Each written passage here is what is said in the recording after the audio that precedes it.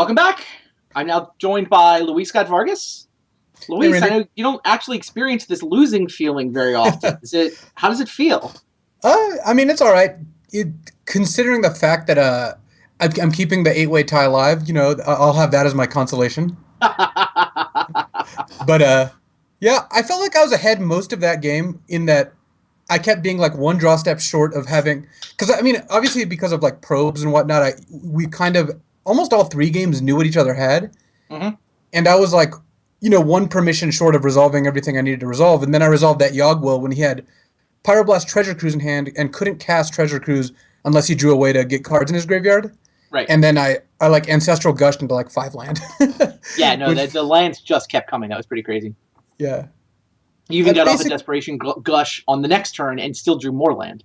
yeah. I needed something like, I don't know, 3 spells or two or 3 spells in that was like 6 draw steps probably. But I mean, his part of the advantage he has is his deck costs a little bit less mana. So I think that's what ended up happening. Okay. Do you have a read on the deck list at this point? I know that Dig versus Cruise is something. I mean, you and I were talking a little bit about it in Los Angeles, and I know that you did not a ton of testing one of these lists, but certainly, especially for people who are going to Eternal Weekend this weekend. Do you have a read yet on what you think the right way to build those is? Well, I think that Treasure Cruise is a little easier to build. I mean, I think, like I told you in LA, I think it ultimately is better just because in Eternal formats, I think this goes for Legacy as well, and probably Modern. I mean, now that I've played Blue Red Delver in Modern, when you can fill up your graveyard almost at will, Treasure Cruise costs half as much as Dig. Sure. In Standard, we're seeing a lot more digs because you're not really casting it for the minimum amount that often. So once you're paying the mana for it, they both cost exactly the same. Once you're paying a single point of mana, there's no difference between the two cards. So you might as well get, I think, the slightly more powerful effect of Dig Through Time, especially when your cards have like a pretty big difference. But Rich is playing a deck with all his cards are kind of the same. I mean, they're just like cheap counters and Yep. pyromancers and bolts, that sort of thing. So he's fine just drawing 3 at random, whereas a deck with like Yogg-Will and maybe Tinker is gonna care more about the selection. So I think that Dig might be quite viable. Like I don't think the deck's bad, but I think it's harder to figure out how to build a good Dig deck than a good Cruise deck. Cruise is definitely more easy to like figure out how to harness the power. You just play all cheap cards and Treasure Cruises, and they just kind of go. Yeah, it does feel like there should be some, dig through time to set up combos or dig through time with haymakers. I mean, it feels like if you're actually taking advantage of the selectivity, dig just is the more powerful effect.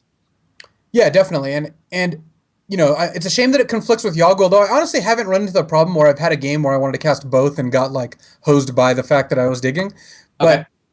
but it does conflict somewhat, and I don't know. I think it's going to be interesting to see what kind of good dig through time build there is, if there even is one. It's possible that in like 3 months, everyone realizes, yeah, Treasure Cruise is just straight up better, and you shouldn't be playing dig. You should just be playing a more traditional blue deck. But it's such a powerful effect. I don't see a reason not to try it at least. Yeah, I agree. We just haven't found the right dig list yet. We have to keep digging. Oh, God. On that note, we'll go to the game. Basically the same matchup. Tom Martell has a Delver list with Treasure Cruises, very similar to the one Rich Shea put together, and Josh has a Pyromancer Gush list with Dig Through Times, very similar to yours. Yep. All right, what do we got for hands?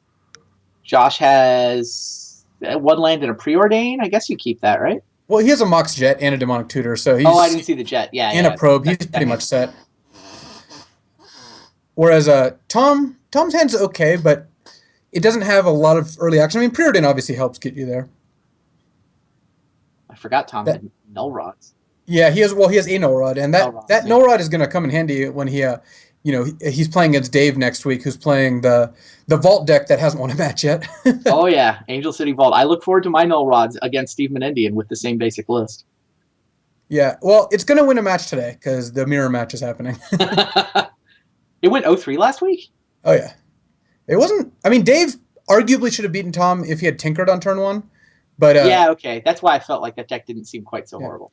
Sure. I think Josh is going to lead with Probe because if he finds a red source, he might want to just play Pyromancer on turn 1. That makes sense. Because you don't really want a Demonic Tutor in this spot. I mean, it's fine, but demonic tutoring this early, like you don't know if you want, if you draw green mana, maybe you get fast bond. Later, you want to get Yogwill or Lotus. Casting it now is you get kind of getting ancestral, and like we've talked many times, the stock of ancestral has kind of fallen now that Mental Misstep and Maniacs running Pyroblast are running around. There are a lot of main deck Pyroblasts in our league. It seems like we have gotten a little bit inbred. I actually was talking to Josh, and I don't think that's true. Really? Name the spells in Vintage that Flusterstorm counters that Pyroblast doesn't? It's Versus Flusterstorm, no, but like none of us are.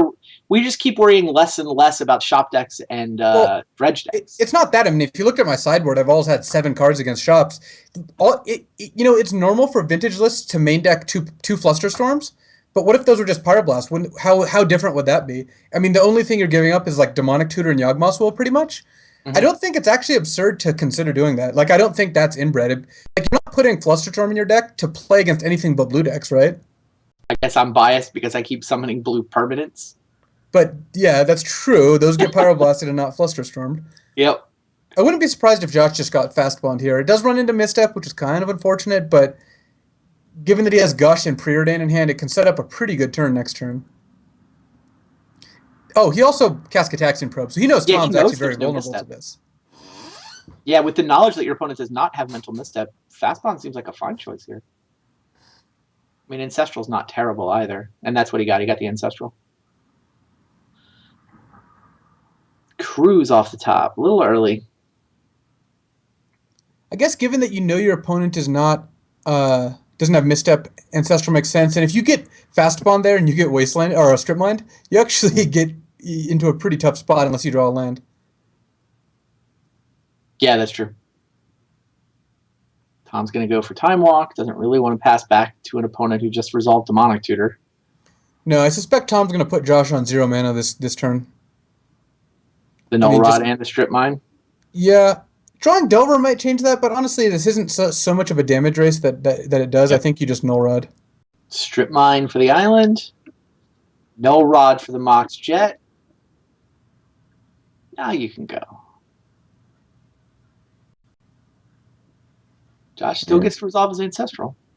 Yeah, Ancestral looking pretty good here, as it does when it does not get misstepped. Josh, if he doesn't draw something he can play that be forced to discard, should he wait for Tom's upkeep? Yeah, he might want to upkeep it, but the problem with that is Tom has main deck Pyroblasts, so yeah. Letting him untap is definitely a cost. Yeah, if you wait, you can end up in a pretty tough spot. And now he has to discard. Yeah, that is true. I could see pitching Flusterstorm here. I don't think you want to pitch out of the red cards, even though you can't cast them right now. They seem pretty good. I don't know. I could see maybe discarding one of them just under the assumption you're not drawing red, but you can just preordain into Bolt next turn. It's pretty clean play, and Tom's got a lot of cards to Bolt. Tom is not quite at Treasure Cruise next turn.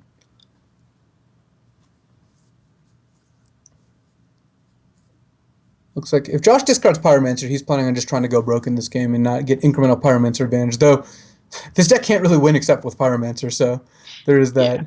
Wow, he chooses the Pyromancer. We also know Tom has Bolt, I guess, so that's incentive. Oh, well, I was going to wonder what Tom was going to do this turn, but I guess this makes it a little easier. He's going to top deck an Ancestral Recall and cast it, targeting himself. That seems like a good play. Yeah, followed up with probably a Delver. I mean, he could wait to keep Pyroblast up. He just has a million counterspells in hand right now. Yeah, I think you leave up Pyroblast rather than casting Delver, don't you? Seems like it's a little bit better. I mean, Josh is so restricted on mana. He's going to cast like one spell, if that. Of course, what Tom doesn't realize is that Josh drew into Library, and playing the slow control game here is actually not going to be great. I mean, Rich was able to pressure me enough that I couldn't Library my way out of it game 1, but it's still powerful against someone doing what Tom's doing, which is basically nothing.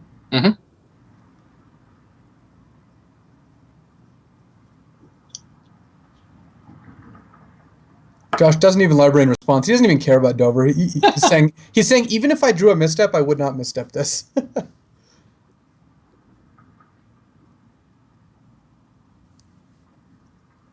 Does he bolt it? Yeah, I mean, you don't want to discard. Bolt puts you back to 7. There's actually not much Tom can do to counter it. He can misstep it, but this is an opportunity to, you can bolt it. If Tom missteps, I actually think you just take, if Tom taps his mana to misstep, which he probably won't, you could take the opportunity to Flusterstorm the misstep. I don't think you necessarily want to get in a fight with Pyroblast when Tom was only on 2 mana. Tom has so few mana, so you could. I mean, I guess you could just go for it. You could just misstep and then Flusterstorm, and then put you back down to being able to library next turn. Yeah, well, he taps library as a response, going up to 8 cards, which Yeah. means he's going to fight. So here's the misstep. Tom's going to Pyro, and yeah, I assume once Josh started this fight, it's because he intended to finish it with the Flusterstorm. Yeah, I imagine you'd go for it here. I think so too. I mean, 6 cards in hand, you untap, draw number 7, you're still in the library. Right, and when Tom has 0 threats in play, then you don't really care too much about you can just keep librarying. Whereas if he has a Delver in play, one of the ways you lose is the Delver flips, and then you get only like 2 or 3 turns to library instead of the many more you'd get otherwise. Completely agree. And there you go. Tom might almost have to misstep here, pitching Fire Ice just to keep his threat on board. He has no other threats. Misdirect. Or yeah, it's kind of painful, but I don't know. I actually don't. The Flusterstorm resolve, countering his misstep, but then misdirect the lightning bolt back at Josh's face. Yeah, I think that might be right. Like you say, if he doesn't do that, then Josh is just on the library and Tom has no pressure at all. Yeah, if you do this, yeah, you do need to let misdirection or mental misstep resolve, I guess. Yeah. The Flusterstorms are all pointed at the misstep, so whatever. Yeah, so you need to let the Flusterstorms happen. Why? Okay, we'll see what's going on here. Okay. Basically, Tom kind of gave up 3 points of damage there, I believe. But he ends up with his Delver alive. Okay. It's kind of important that Tom flips this, actually. Yeah.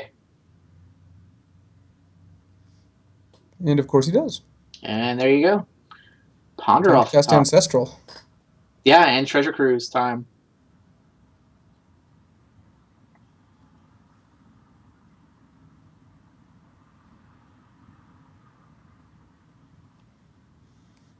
Treasure Cruise says, land, land, land. I'm glad it happens to other people, too.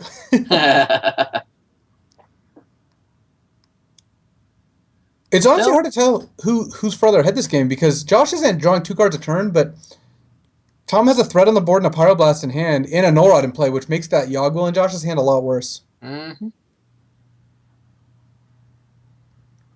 Every hit, from the Delver too, basically makes Fast Bond, reasonably less effective. True. I don't know about this though. If you're gonna ponder, I wouldn't sack a fetch first. You want to be able to draw 1 or 2 cards and then shuffle? Yeah, I want to be able to ponder with a fetch untapped, draw the best of the 3, then shuffle. I mean, if you have to cast Pyroblast, it locks you into just 1 out of 3, but in general, I think 1 out of 3 and getting to shuffle is better than choosing 3 or none.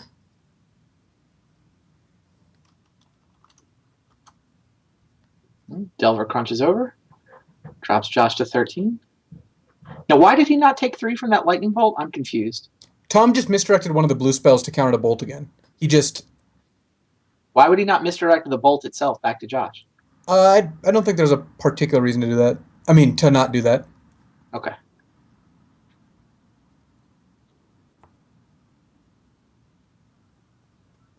Josh going fairly deep here.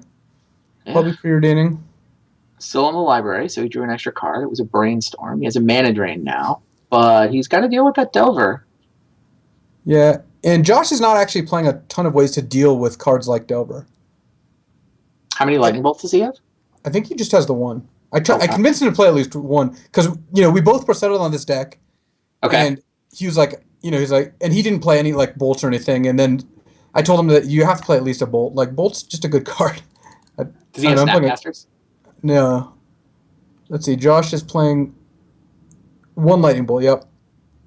But he does have 3 Pyroblasts. He does have 3 Pyroblasts though. Sure. So I like Josh passing here. You certainly don't time walk into Tom's Pyroblast. You just keep mana drain up. You can take another hit from Delver. It's not that bad to do so. You want to set up a turn where you're like casting, like I think even casting Dig Through Time end of turn here, getting it Pyroblasted and setting up, Yogg-Will, Drain, Time Walk, Brainstorm, all these cards on your turn. If Tom goes for Gush here, this is actually perfect for Josh because now then he gets to use Mana Drain, which is one of the worst cards in this matchup, forcing Tom to Pyroblast, and then Josh gets to kind of do it all on his turn unless Tom draws a lot of counter magic off this Gush. Right, so Mana Drain the Gush. That would be nice to have resolve. Yeah, Tom's not going to let that resolve. I think that No, it's he's just gonna insane Pyroblast. to do that.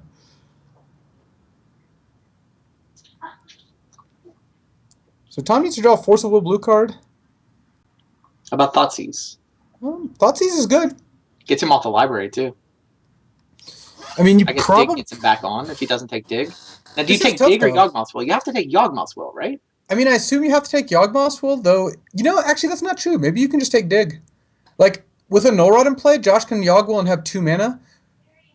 I guess the risk is that if Josh can find a fast bond somehow, he can just do a bunch of stuff. But with a Bolt in your hand, that kind of restricts that, too. I mean, he can Gush twice off of Yawgmoth's Will. Yeah, right? but His Yawgmoth's Will turn would be But that's not even float good. mana, Gush. His Yawgmoth's Will turn would be like Yogg Will, Pyromancer, Gush. That's it. I guess Josh does get twice, don't you? Yeah, that's true. Josh does get to... Actually, what I think Josh does is... Let's say Tom takes the Dig and leaves Yogg Will, which I don't think he will. I think he will probably take Yogg Will. Because Josh has Brainstorm, Time Walk. Josh can set up, like, Brainstorm, do some stuff, Time Walk, untap, then play Yogg Will and have, like, an additional mana, because an additional land drop. And then go, like, Yogg Will, Pyromancer, Bolt your Delver, Gush, Gush. And that's pretty good. Yeah. Oh, Tom also should know there's only one Lightning Bolt in Josh's list. Yeah, those are 3 Another good thing. Pyroblasts. So Yeah, sure. I guess they're the same thing in this. when you're talking about Dig, in this context, they're just the same card.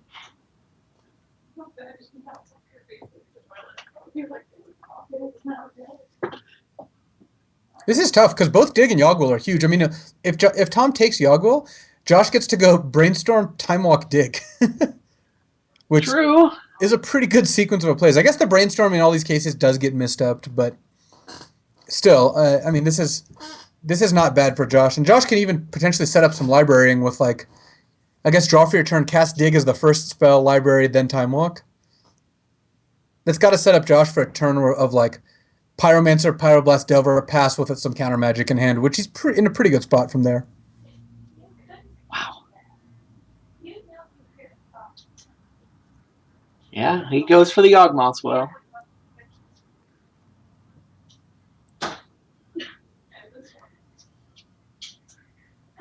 Those are some good cards Josh has managed to draw. Ooh, Mox that doesn't work because of the Null Rod. That doesn't do much. He gets Brainstormed and shuffled away. Yeah. I like leading with Dig here just so I can library too. I just want to get it all. Yeah. Sure. Dig, library, and then walk? Probably. It seems like a good turn to Time Walk. You get another library next turn. You used all your mana this turn. You get to untap with your 2 Dig cards plus your library draw. Yep. And now that Yogg Will's gone, you can also just dig anything. You don't even have to look at your graveyard. You can just cast Dig. Oh, I don't like this Gush. Huh. I think with a Null Rod out, you're so tight on mana that you really want to Gush on the last possible turn, especially since Josh really doesn't need these extra cards here. Well, he found Jace. I mean, the reason to do this is because you're afraid of another Pyroblast or a Force of Will, and you don't want to lead with Dig, your best spell, when you have no counter magic. Right. But I'm still a little leery of just casting Gush instead of, like, you just don't get to use your Dig cards to their full potential when you do that. All right, well, he went for the Gush. He's got 2 floating. He's got access to 5 potential mana. 4 if he wants the library. Are you playing Jace now? Let's see. You have 4 mana, 5 mana if you want to use the library, yeah. I don't think you want to run Jace yet. Tom's going to mental misstep this, I guess. Oh, no, he's not. Interesting. Wow. Even with the fetch land in play, he doesn't misstep? Huh. Maybe he just figured Josh has a misstep. He doesn't want to run into it, but that trade's going to happen at some point. Josh has a misstep now. Yeah, and that he gets to put back a Mox and a Black Lotus, which he can now shuffle away. Yeah. I mean, Josh is still in good shape here. I think he'd be in better shape if he had not gushed first, but I think he's still plenty of cards ahead. He's running out of life, so he can't just go, casting probes at alternate cost and missteps at alternate cost with no penalties. But he's got enough life to, I think, do what he needs to do. Something along the lines of maybe just crack your fetch land, cast time walk, use library. Yep. I think he's got one floating, so he can actually throw a probe in while he can pay for a probe. Yeah, paying for probe is nice.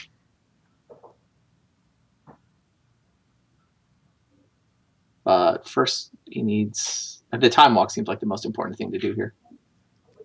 Yeah, I think especially given the way Josh played, I think he is worried about counter magic, which is the reason to play the gush first. So maybe it's a little unfair that we have telepathy in play and we can just see that the coast is clear.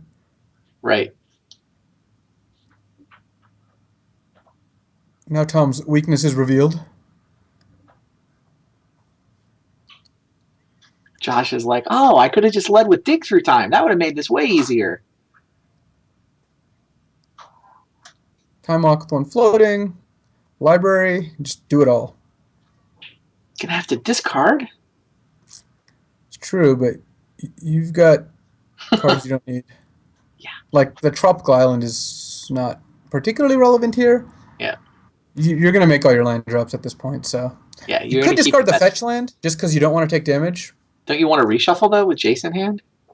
Yeah, I mean, you're going to dig. You're going to see so many cards. It might be that just like that extra point of life is just more important than shuffling because you're seeing 20 cards. Like you're seeing your whole deck in the next couple turns. Actually, does Josh have 12 cards in his deck? Or is that... No. It's like 30. 32, not 12. Oh, that's his graveyard. Okay. Or something like that.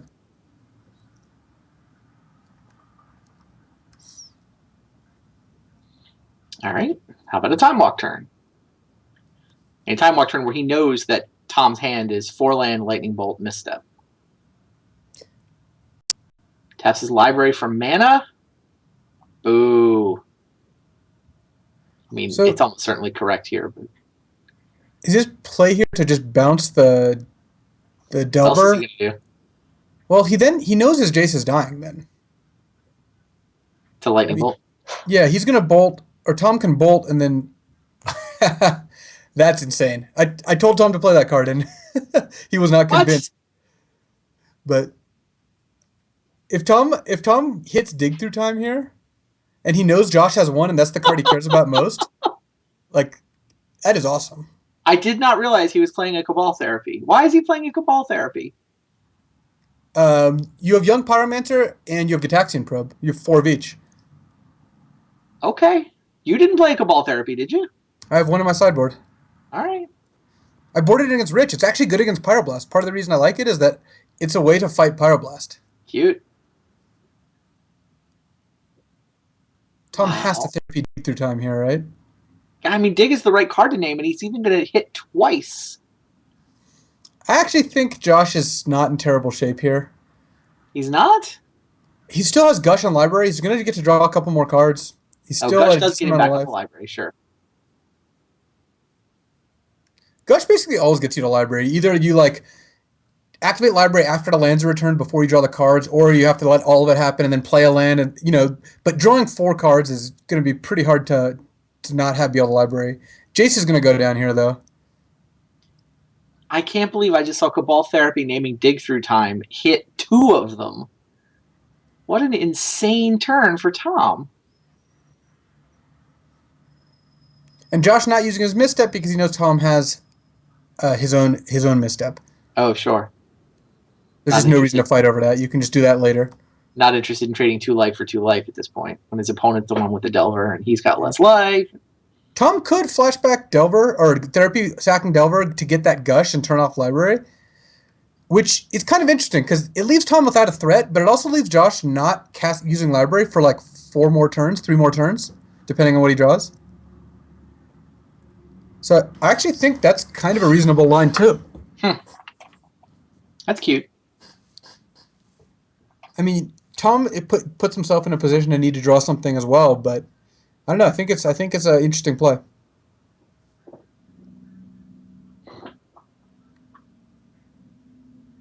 But therapy by far the best card Tom could have drawn there. I guess Tom's could have drawn Treasure Cruise into therapy. There's always that, but therapy also the only card in Tom's deck that cares about staying in the graveyard, so you can't just delve everything else or delve that.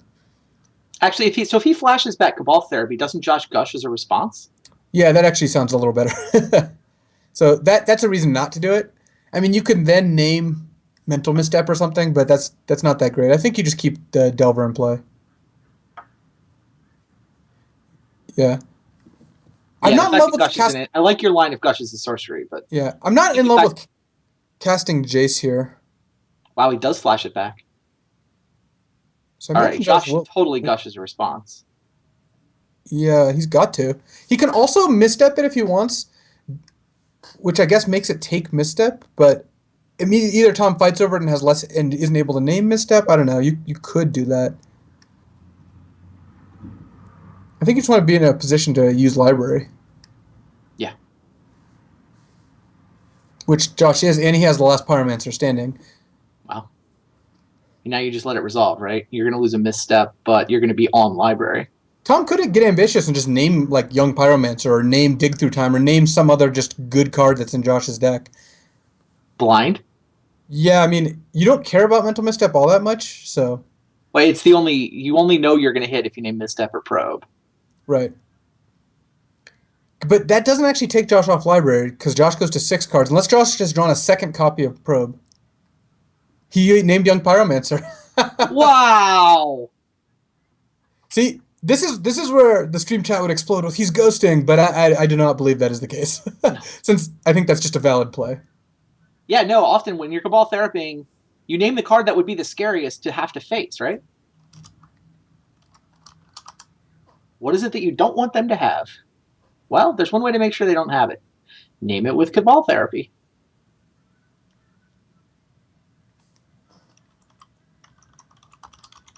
Now what? Now Josh is still on the library. Yeah, I mean, Josh is fine here.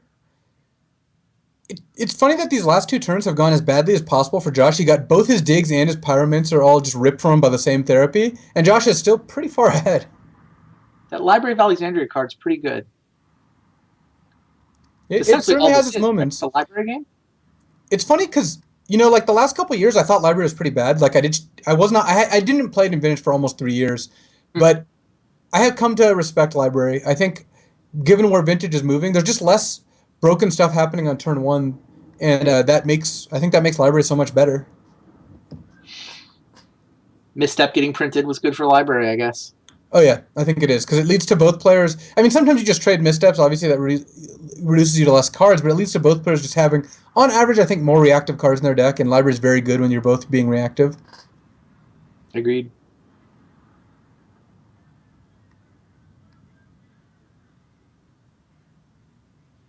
It's been a crazy game. Still game 1 too. And there we have it. It's about time that showed up. I was going to say it'd be perfect if Tom ripped Treasure Cruise, but actually Dak's not that far off. Josh knows Tom's hand is all land. Yep. I wouldn't be surprised if Josh just Force of Willed this. This is like a draw 4 almost over the course of the next 2 turns. Right. And he's only going to have to skip 1 library turn since Dig can turn into 2 cards. I mean, forcing this will get him off the library. He'll be down to 4 cards in hand, but he can get back. I think you force it. Yeah, I would definitely force it. You're going to cast Dig Through Time. You just want to make sure nothing too strange happens, and Dak Fade and drawing Tom into multiple counters is definitely something that falls into that category. Another thing that makes Cabal Therapy better, and part of the reason that I played one and I told Tom to play one, is we have deck lists. After the first week, you actually have perfect information here. True.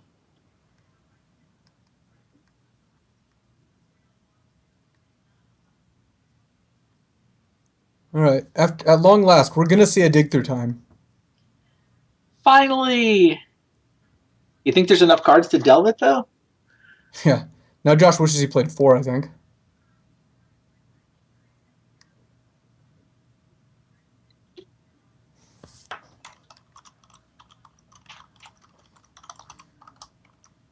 Look at 7, choose 2.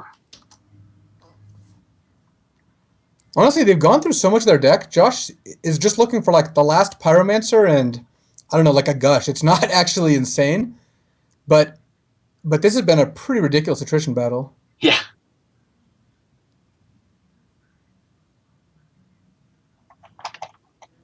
Can we get a live cam update on how many cards are left in Josh's deck? 23.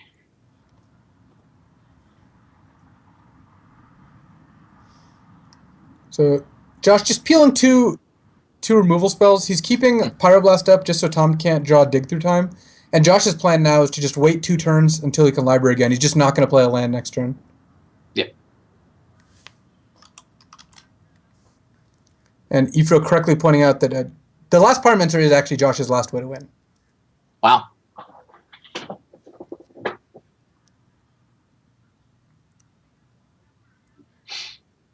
Josh going to let that resolve. He can kill it with a Pyroblast, but first is librarying time. Draw 7, tap library for a card.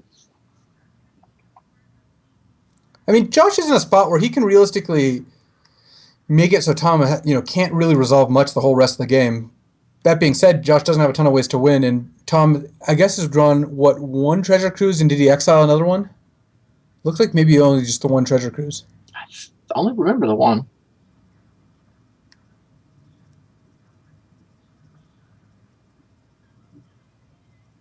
Merchant Scroll here gets Gush. I mean, Gush, he's already used Ancestral and Dig, I believe.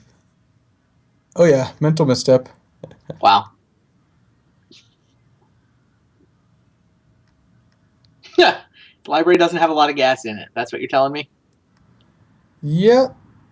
Josh can see if Delver flips, and see if it flipped, it's for information. He's just going to Power Blast it regardless on upkeep. Sure. It'd be sick if Tom didn't flip it off like a counterspell.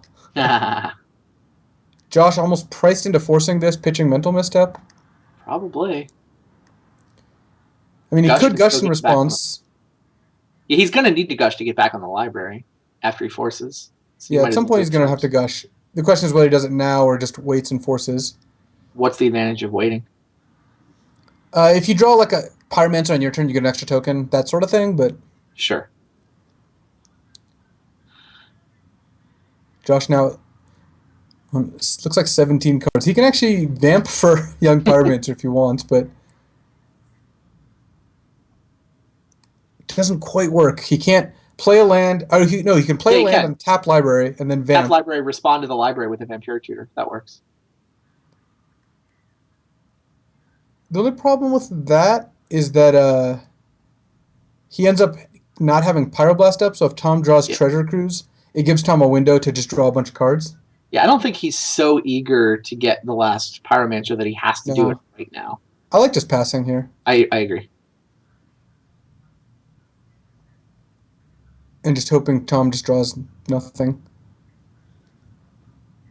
And also, if you just library into Young Pyromancer, Vamp just ends up being better. Also, you can just wait on Vamp to get a token off of it. Tom certainly messed up that. Josh is going to Pyroblast it, and he's going to end up with a Young Pyromancer and all lands in hand. It's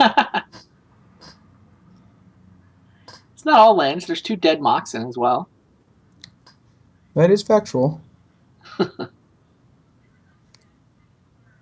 Wow, Josh does not Pyroblast it. Really?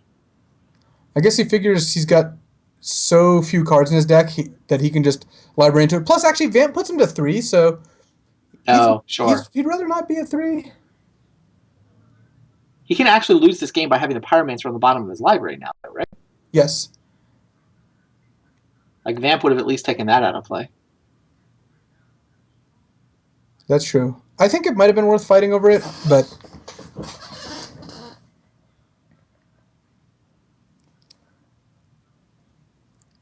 Tom actually bricked that turn, which... It had been a few turns. I mean, Tom like basically had been forcing Josh to deal with his last 3 or 4 draw steps. Yeah, at this point, it's hard to imagine Tom doing much that's relevant with Josh on Force and Misstep and Pyro. But Josh is at 11 cards. Yeah. He is in legitimate danger of getting decked.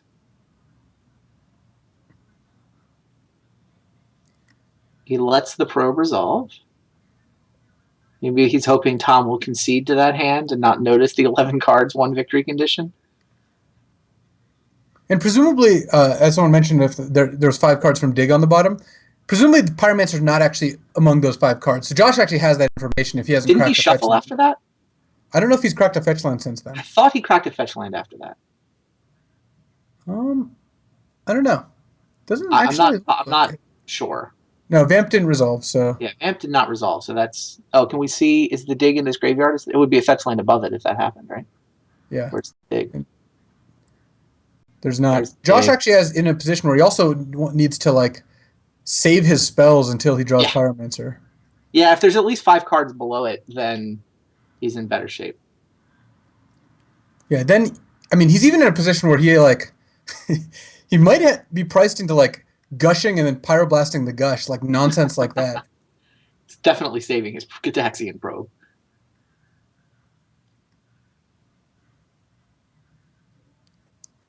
Tom taking a look, seeing, yeah, Josh has lots of counters. But if Tom draws spells, he still runs them out now, just because it forces Josh to cast spells without a Pyromancer in play. Right. So if we're right about the Dig, then Pyromancer is this next card. Right. Which we may not. Josh may have declined it, though I find that a little surprising. I'm going to guess that it would be the next card then. It would be on top of the pile he declined. That's true. He could have also done that. Maybe he just wanted to be the control role and not worry about it. Yeah, he took Pyro, Force of Will, and figured, okay, I'll put Pyromancer with 4 cards below it. These fetch lands likely just missing for Josh, by the way. He's just playing them because he might as well. Yeah. Same for Tom, actually. Tom might actually not be able to fetch anything either. I wouldn't be surprised if Josh tapped Library here, too. You're not activating Library. Yeah. No, he's done drawing extra cards with Library. And it was at the top of the 5 cards he declined with Dig Through Time. So when he got that Dig for the Pyroblast and the Force of Will, he put Pyromancer on the top. He knew exactly where it was then the whole time. Yeah. Which makes the Vamp play make a little more sense. You presumably, with 4 cards left, have enough time, especially since you can do stuff like Probe, Misstep My Probe. Mm-hmm. And he's got a Gush and a Probe. I mean, that makes 2 tokens. And he's got double Force of Will, so he can just lock out Tom's next couple of draw steps, knowing Tom doesn't have, or at least assuming. He doesn't know for sure Tom has no cards in hand but that are relevant, but he can probably assume. You might just pass this turn. I guess you really need to just get these tokens into play. The question is whether you're going to counter your own spells or not. Like, you almost assuredly don't want to, like, just let Gush resolve, because I don't think that clock works out right. Efro's suggesting in the chat that the Merchant Scroll was after the Dig Through Time. That was the shuffle effect. Oh, he got that mental misstep. Is that after? The Merchant Scroll was after the Dig, right? If that was after, then Josh was just hoping to draw his Pyromancer at some point. Wow. Yeah, no, Pyromancer was just shuffled in, but he got there. 4 cards left in his library. And Tom not casting Delver because he doesn't want to get it mental misstepped. All right, Josh might be. I actually think Josh might be in a spot where he actually wants to end of turn, alternate cast Gush, hard cast Force of Will on it. Oh, jeez. Sure. He's not. I mean, he has to cast spells.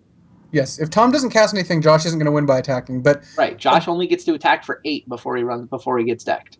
He gets 3 more attack phases after this. It seems like this is the spot where Josh wants to start getting things into play.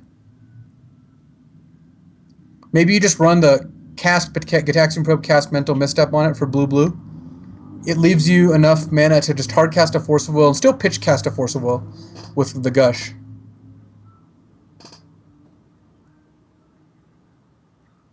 Didn't think we'd see anyone countering their own probes this particular game. What a crazy game. This is awesome. All right, there's the Gitaxian Probe. Here comes the Mental Misstep, targeting his own Gitaxian Probe. Holding down the control key so that he holds priority. Yeah, that'll Luckily, be his second token. he even has a Pyromancer out, so he could technically not hold down controller, though I'm sure he did.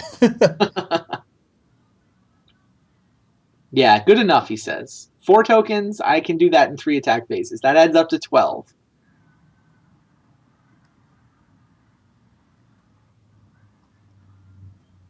All right. Tom saw the misstep go by, so now he can run out as Delver.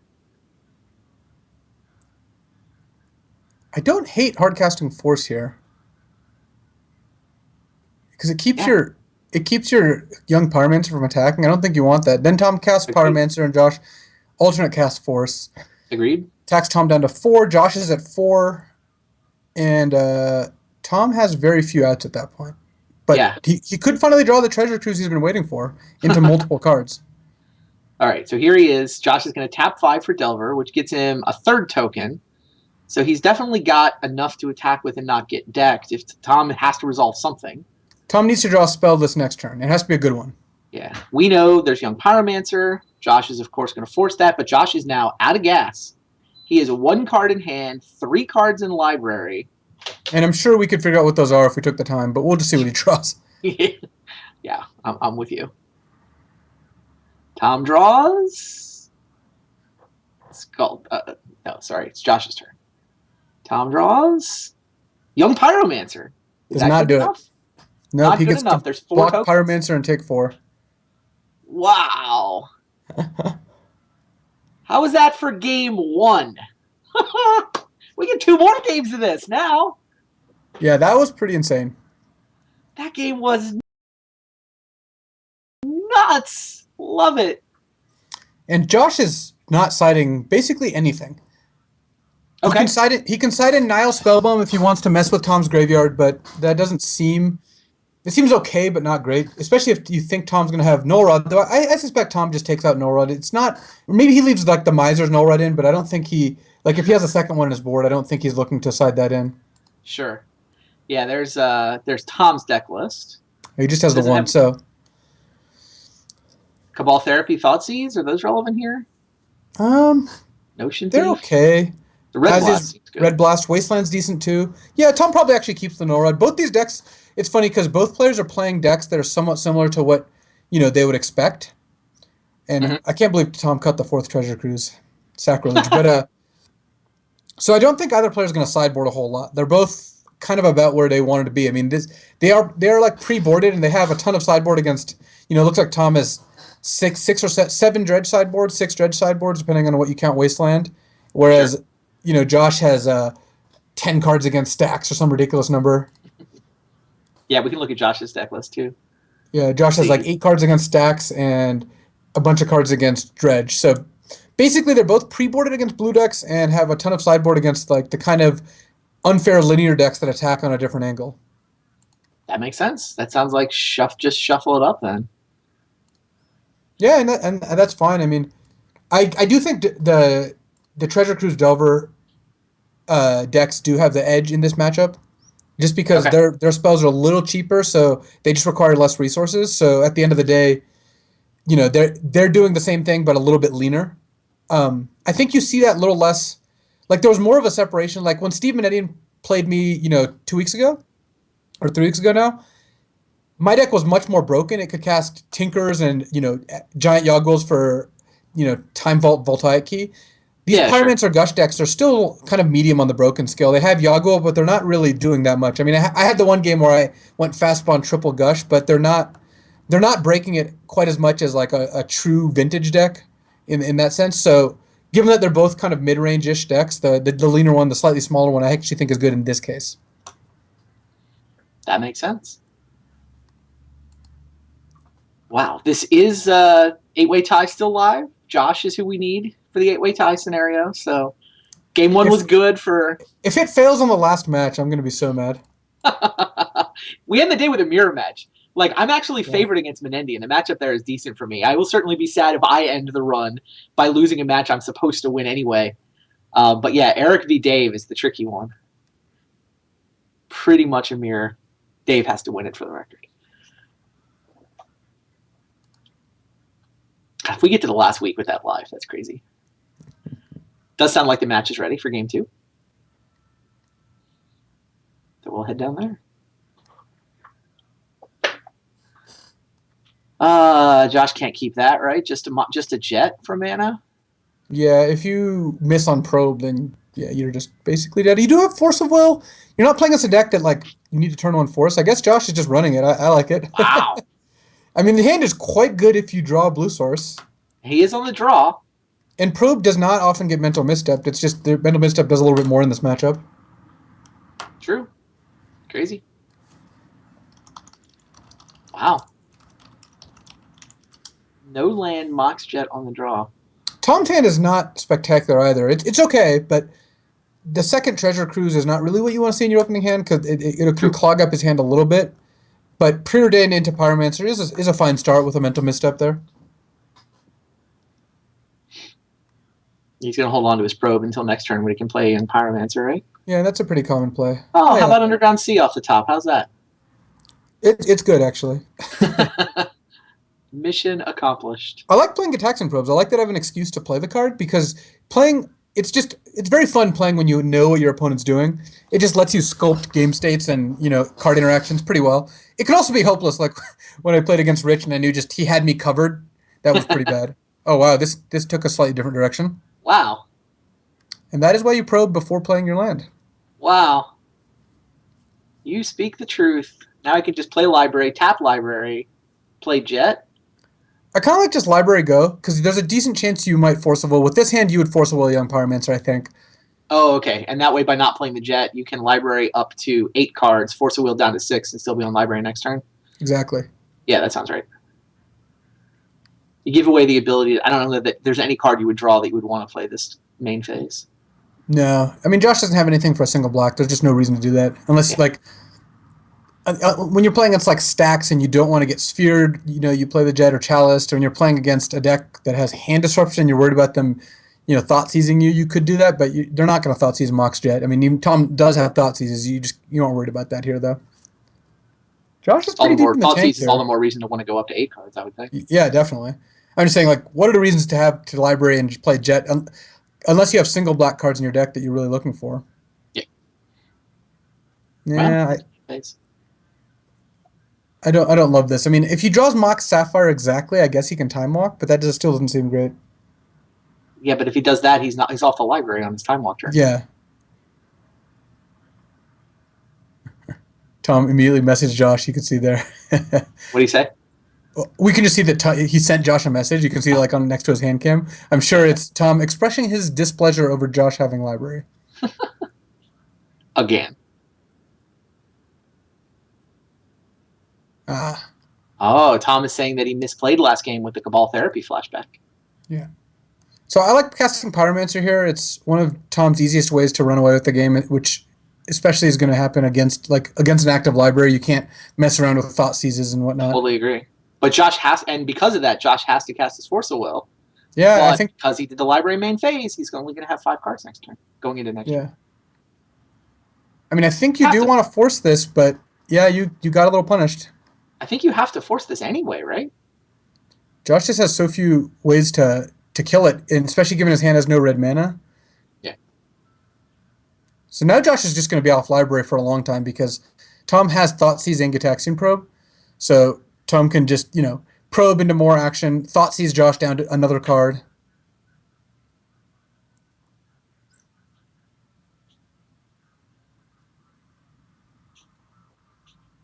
Tom's not looking for anything in particular here, I don't think. Knowledge for future Cabal therapies, maybe? Tom looks not bad, though. With Treasure Cruise, I mean, this sets up a turn. Like, if Tom draws a land, he can go, like, Thoughtseize, Time Walk, untap Treasure Cruise. That's a very good set of turns. Yeah, I think that playing the Mox Jet might end up biting Josh pretty hard here. Because now, if you just pass and do nothing, you let Tom, you get really wrecked by Thoughtseize. But if you start Merchant Scrolling for Ancestral, then I don't know if that works all that well either. I think you just start casting spells here. I don't know. It's close, because if Tom doesn't do anything, waiting a turn lets you just draw an extra card every turn of the game. But if you wait and Tom has, again, something like Thoughtseize, which Josh knows about, then it just doesn't work to do that.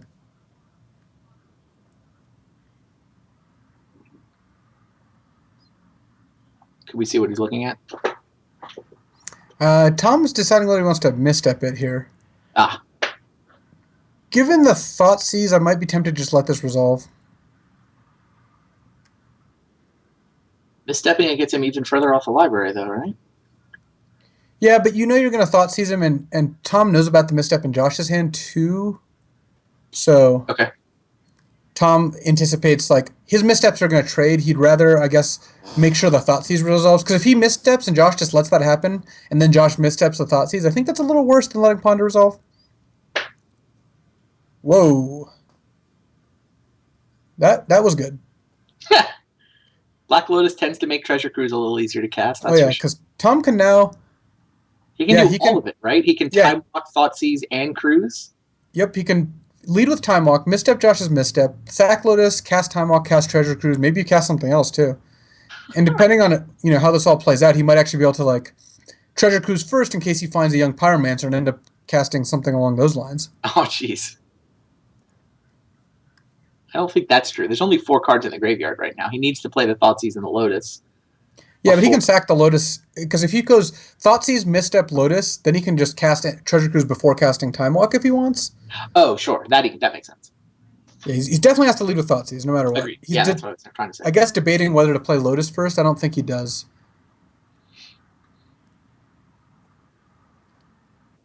Thoughtseize. Thoughtseizes look pretty good these games. It has. I agree. Josh is, of course, going to misstep it, and Tom is going to misstep right back.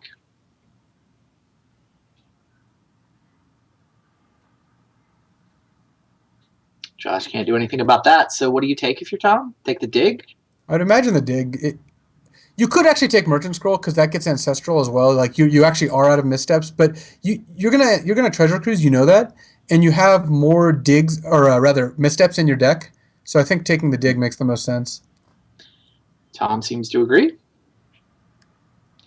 It's up to, what, 6 cards in graveyard, so the Lotus makes 7. Yeah. So you just lead with Treasure Cruise, Yep. and if you draw land Pyromancer, you just get to go Pyromancer Time Walk. That sounds okay.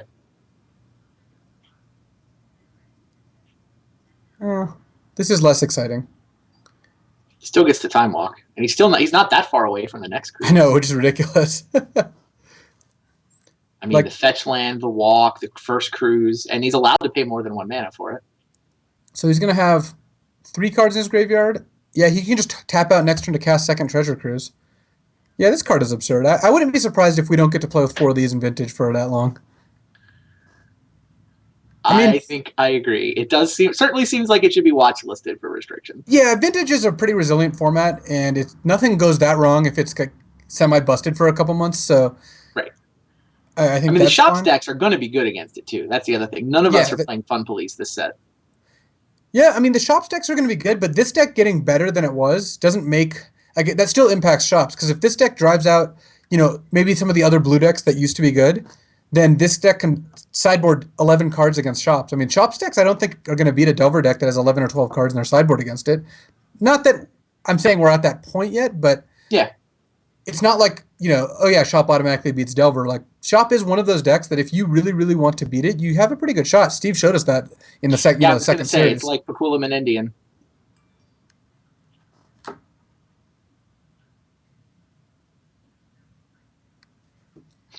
He's still going.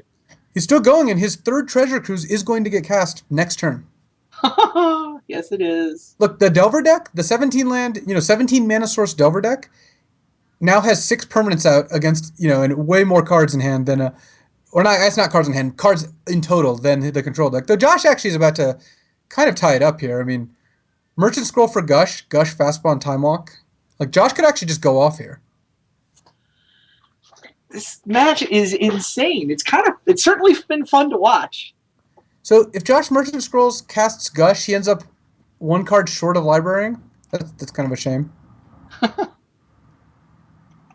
It's also much better to cast Gush than Ancestral just because Tom went through so many cards. Josh doesn't know that Tom doesn't have a misstep, and you really don't want to get this Ancestral misstepped.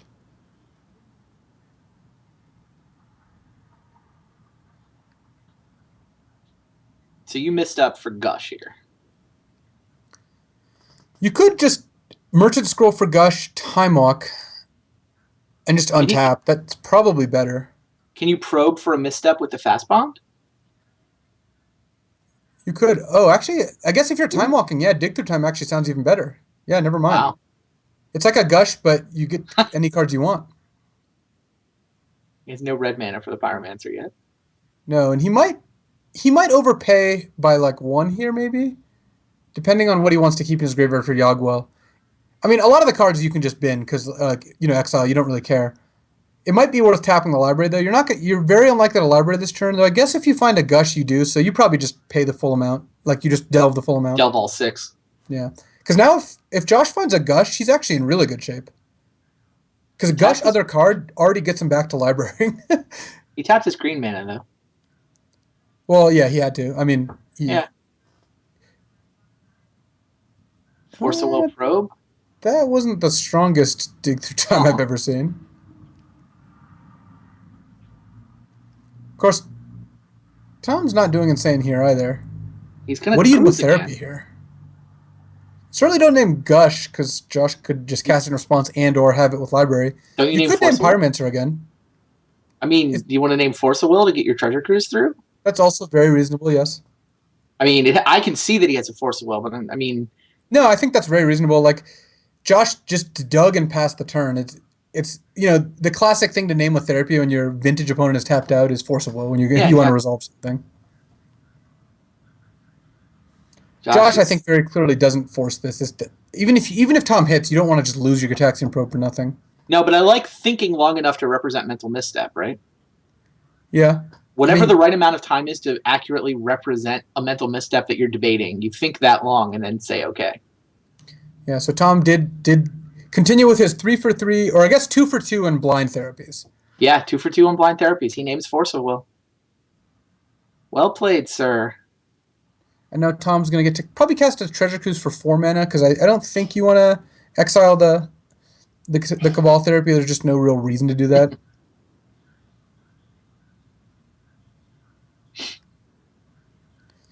I mean, Tom. It's going to be harder for Tom to miss here. Tom's gone through a lot of lands, and the deck does not play a lot of lands. It plays True. like 14 lands. So, given that Tom's already got 6, 7, plus a couple exiled, he's likely to draw gas here.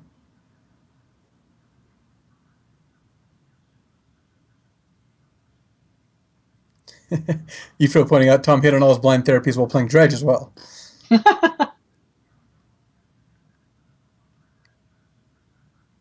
It's almost like he's good at Magic. You can I see don't the know. 13 and the 17. These are 2 of the top 25 ranked players in the world right now. Nah, Notion Thief's a kind of nice one. Cute.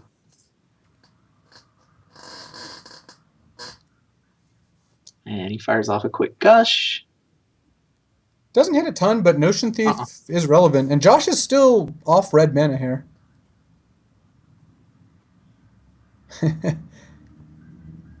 He can try vamp probing into something. Still doesn't get you to gush though, unfortunately. Like gush, or rather, it gets you to gush, but not to library, which is kind of a shame because that's where you really want to be. Josh is going to fire off the probe. Is he going to respond to it with a Vampiric? There's no real reason to do it that way. You should just cast Vampiric, see if it resolves, then cast Probe. Yeah. I mean, I guess he knows Tom doesn't have like Flusterstorm, but it's still just kind of bad for him. Yeah. Against an opponent who really is looking for Gush, I think just misstepping this is good. Tom paying the life. Interesting.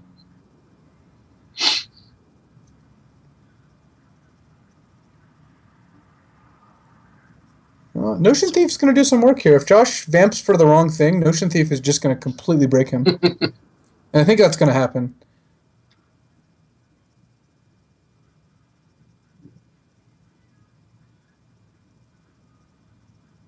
Looks like Josh is lining up an end step Vampiric Tutor. Yeah, and it's hard to get away from something that draws him cards. I guess because he's out of dig through times, right? I mean, is that right? I believe he has gone through between the therapies and exiles. Maybe not. If he has another dig through time, it's going to be pretty good. But yeah, this is going to be brutal. Goes for the gush. Survey says Tom's not Notion tapping Thief. his mana fast. He just Wow. slamming it. We have seen some savage Notion Thieves in this league. Yeah, just a This little. one is pretty close to the top. Like the ones you've cast some, but they've tended to be in games that were already almost over. At least Yeah, the well, one this against game now Bob. fits that classification. But yes, I mean, the one I had against Bob, I was kind of running up the score a little bit. Like I Yeah, could have yeah, just killed Jace, but exactly. I don't blame you at all. I'm just oh saying no, this. I had I to get feel value. like single-handedly swung this game from close to over.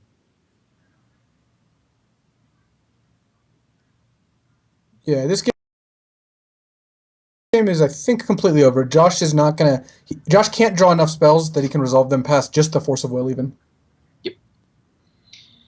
Awesome. We get a game 3. Yeah, we do. I want a game 3. This is fun. But we need Josh to win to keep the tie alive. That is true. I'm willing to root for Josh.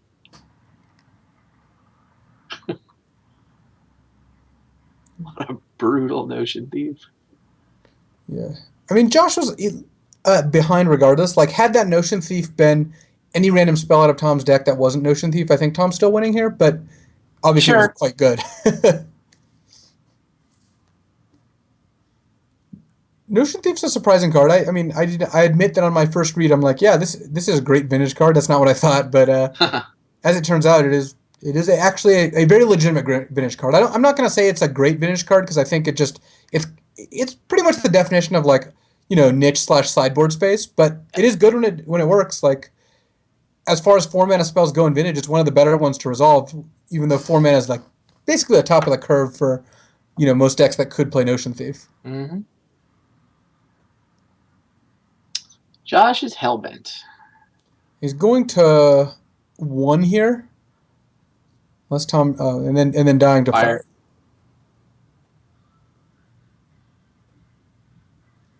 Tom just getting it out of the way here. Yeah, he's gonna go ahead and cast the fire to prompt the concession and save him the trouble of attacking with everyone. Game 3. Awesome. Good times. It's been fun matches. Yeah. These have been good. I was hoping to resolve slightly more dig through times, but that did not happen. So Josh gets to play first in this third game. Is that enough to overcome the deck disadvantage that you were talking about last break?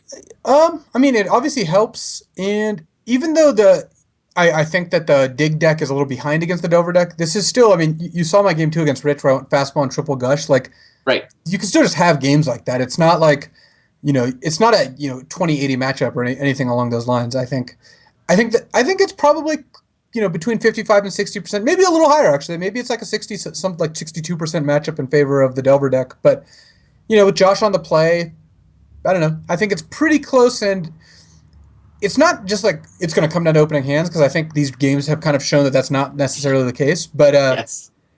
Josh's deck can go a little more broken than Tom's. Tom's deck can kind of chain treasure cruises, but Josh can actually win the game in like the first turn if he gets the right set.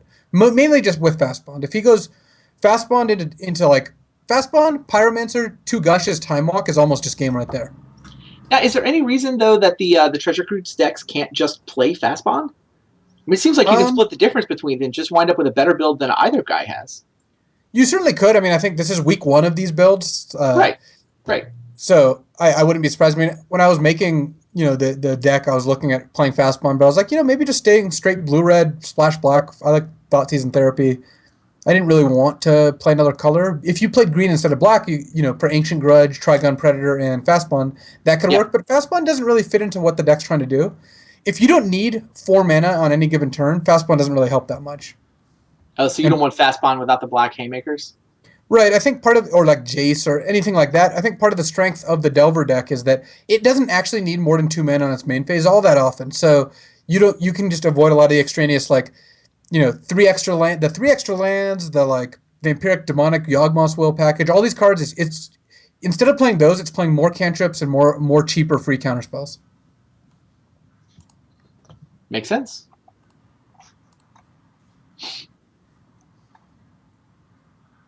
So, yeah, I mean, Josh mainly looking for a quick Pyromancer. Like looking at Tom's list, he doesn't have a way to get out from behind a Pyromancer that's run rampant except for a one fire ice. But Rich and I played Electrickery for whatever that's worth, but neither of us ever cast it. Yeah, So, I thought it was hilarious that we had an Electrickery mirror. well, this is the kind of thing you're looking for on the play. I mean, turn one, turn one Time Walk Ancestral into potentially like a turn two dig is a thing. Wow. The question is whether Josh gets Volcanic or Underground Sea. I agree with his choice of getting Volcanic. Pyromancer is the card you care about most here, but I also like just casting. I mean, you just cast Merchant Scroll, see if it resolves, and then just casting Time Walk Ancestral against a deck that's playing Thoughtseize and Pyroblast. Passing the turn, I think, is kind of insane.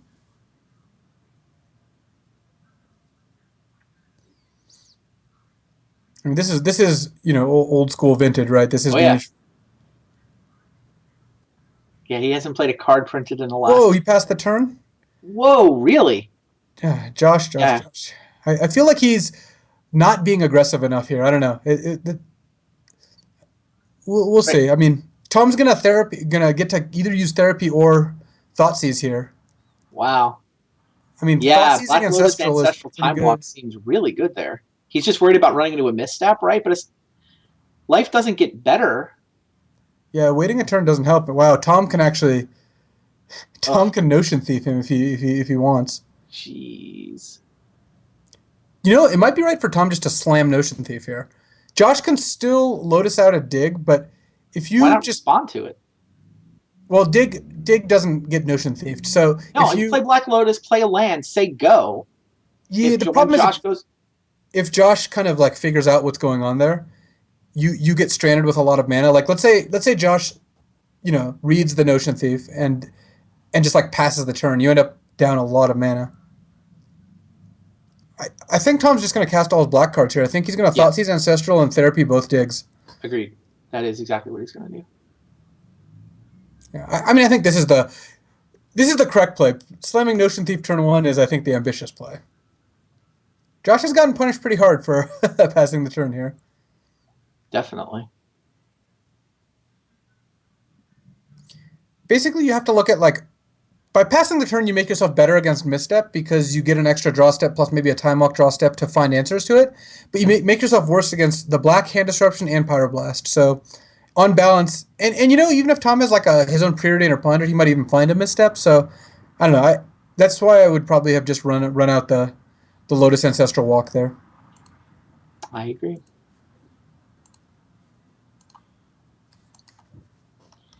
All right. Did Tom reshuffle there? Or? I could not see. Yeah, I couldn't see either. But yeah, Tom's not afraid to run out his Black Lotus here. Well, Tom has perfect information. Yeah, also true. Which helps. Cabal Therapy, naming Dig Through Time, Thoughtseize, taking Ancestral Recall. Now you can have a turn.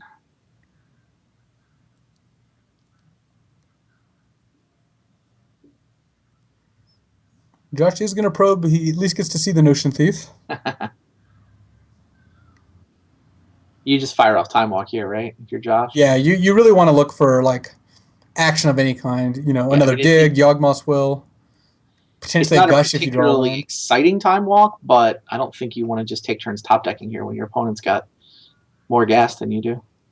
Yeah, Tom doesn't have slightly more gas. It's just Raptor's opening hand was busted, and Tom's was Tom played a Lotus turn one, but I think Raptor was ahead on the opening hands, and now Tom is ahead by like basically the card off ice plus the threat of a Notion Thief, which blanks a lot of Josh's deck once it resolves. Agreed.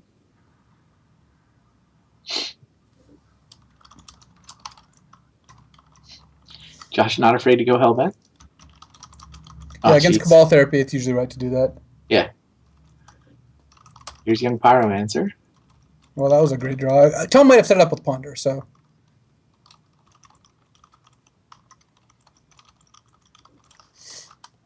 Josh has another draw step. Tom's got no disruption. All right. I mean, this is I would say as good of a time to gush as any, but it's actually Yeah, the best time to gush. it's now or never.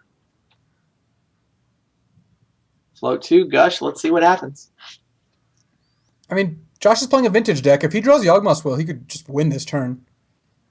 Oh, and he just did. DT's good enough, right? Yeah, I think. I mean, Josh gets to cast a lot of cards this turn, including.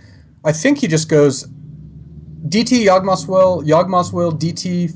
I mean, draw first. You use all your draw spells, but I think that Fastbind is going to be part of this equation. Now, he doesn't have a way to actually win the game on the spot, right? He's just No, taking it way, way far ahead. At some point, he finds a Pyromancer and maybe makes a bunch of tokens.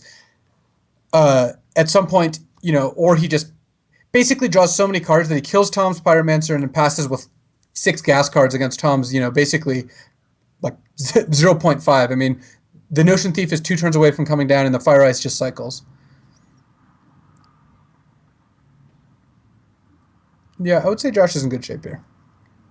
I mean, this is the advantage that this deck has. It's got a, get out of jail free card, which is Yawgmoth's Will. The Delver deck doesn't have that. It has Treasure Cruise, but we're going to look at this turn. It's going to be very different than Josh casting Draw 3. I mean, I'm pretty sure Josh wants to cast Fastbond this turn just because it generates so much mana. So he's tapping the Emerald, though, so maybe that's not part of his plan. He hasn't played a land yet. He can still play Trop, but maybe he wants to sack Delta for Trop. Though I guess you just want the Delta in your graveyard for delving, maybe.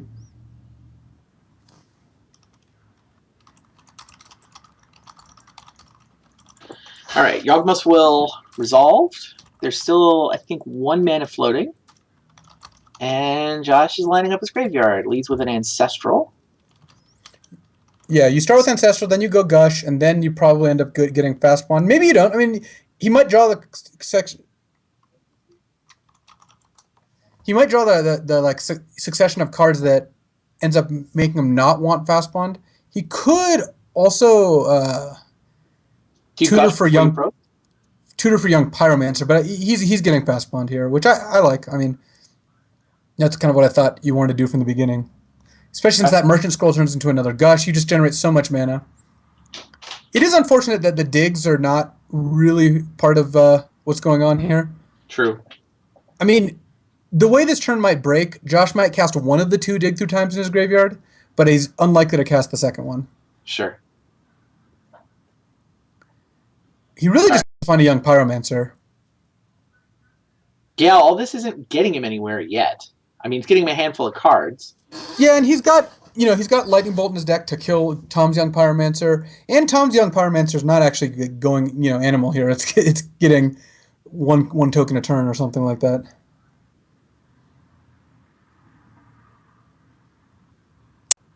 Here's the probe. Finds a Gush. Josh does have to worry about his life total a little bit here. Is it 12? I mean, he's not seem to be that worried about it. Well, no, but he's going to play a lot of Gushes this turn, so he wants to make sure that he's not, hard casting probes is better than paying life for probes because you have, 1 life is 1 mana right now. Mm-hmm. So you'd rather pay a mana than pay 2 life. Yeah, Josh has a million Gushes here, so he's a Pyromancer away from basically winning the game. Yeah, he also has the Time Walk in his graveyard. Yeah, which is, very clearly part of, how he just goes off. Well, you can draw millions of lands. That is an option. I mean, dig through time might happen at some point. Yeah, the Merchant Scroll gets another Gush, though. Yeah. Not going to be much delving on that dig through time, because the Time Walk's going to get cast. No, but Josh has enough Merchant Scrolls, or rather Gushes and mana floating, that he might actually just be able to hardcast dig through time out of his graveyard, very close to hardcast. Funny. Delve off the other dig. Yep. There's the young Pyromancer. All right. Now we kind of get to see things go off. So, Josh plays Pyromancer. You don't really want to play the fetch lands. Fetch lands are a lot worse than normal lands right now. I mean, if Josh needs to get a red mana, maybe did he... Wait, did he hardcast that last Gush? Did he? I think he did. I don't see any mana floating. It might be under the edge of his portrait, but he has 0 mana floating. Wow, insane. I think he might have just clicked on the gush and Magic Online just took all his mana. Awkward. Yeah. I think so Josh ended up that actually I mean I think he's still in good shape here because he's gonna get to untap with probe dig. I guess he can cast the probe this turn Making guys to attack with on his time walk and make turn. some creatures to attack with, but that stealing 5 mana cost him a bunch of life. He has to make sure that Fire Ice does not resolve now. And he knows about it, so Jeez. I mean I'm sure he's going to, but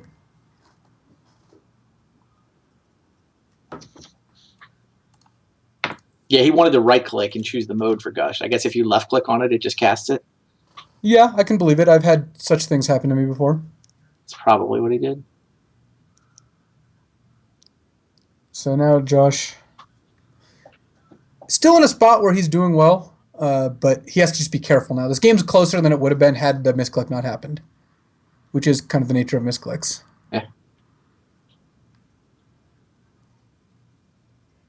Like, Josh wants to be able to hardcast Force. I mean, he's in a spot where he can...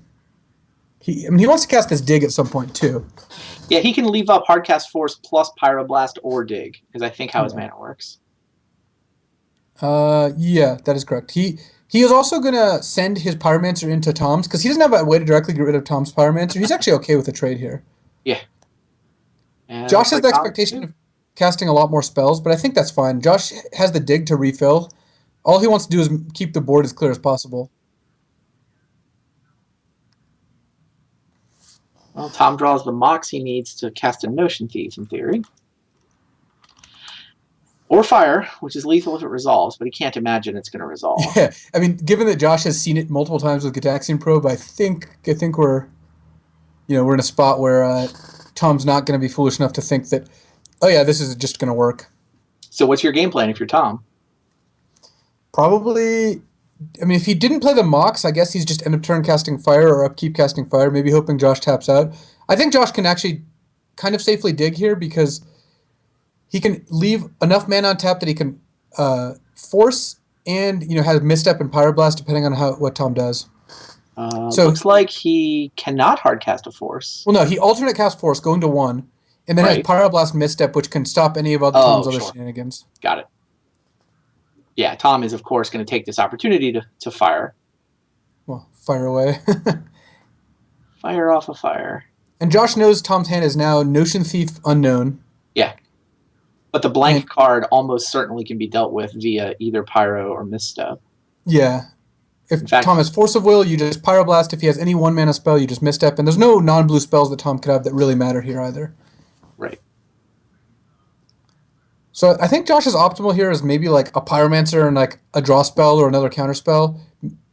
Draw spells are fine, Pyromancers are fine, counter spells are fine. I mean, Josh has a lot of pretty good cards to Mana Drain Pyroblast. That should do it.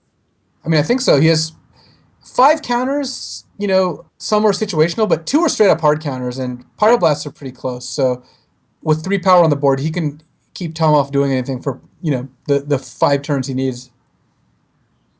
Wow, so the Pyromancer Gush side looks like it's going to win this. It is. It's going to be close, but, I mean, it was close. This was a very close match, but Josh is going to win here. Crazy.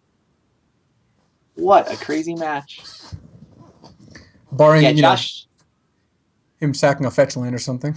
Yeah, he basically got bailed out with the top deck of Gush, right? He top decked a Gush on the 1-turn window, gushed into the DT, into the Yawgmoth's Will, and then got away with it.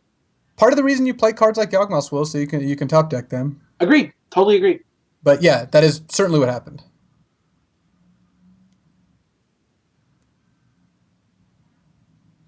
Tom going to go ahead and cast a Desperation Treasure Cruise that he pretty much knows isn't resolving. Yeah. Kind of want Josh to mana drain it, but the right play, I think, is probably the Pyroblast in. I guess he can hardcast Force just so he can use his mana more efficiently. That makes sense, too. He can't pitch to Force anymore. Yeah. So the second Force is kind of dead. Unless it's being hardcast, yeah. I mean, Josh has 5 cards in his hand that counter it, or 4 cards in his hand that counter it, and he could pretty much just pick them at random. I would not put that on the stack, though. Yeah, do not click on the vampiric tutor. Crazy match. Well, score one for the Haymakers. So Pyromancer Gush with Diggs and Haymakers split these two matches with Delver Cruise. See, we went 1-1. Yep. But you did it in the order that keeps the 8-way tie alive. So yeah, that's all that matters. All that matters.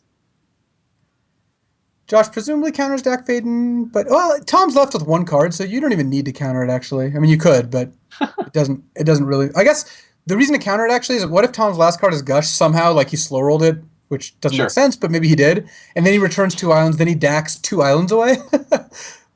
I mean that's an implausible scenario, but I guess technically could be true.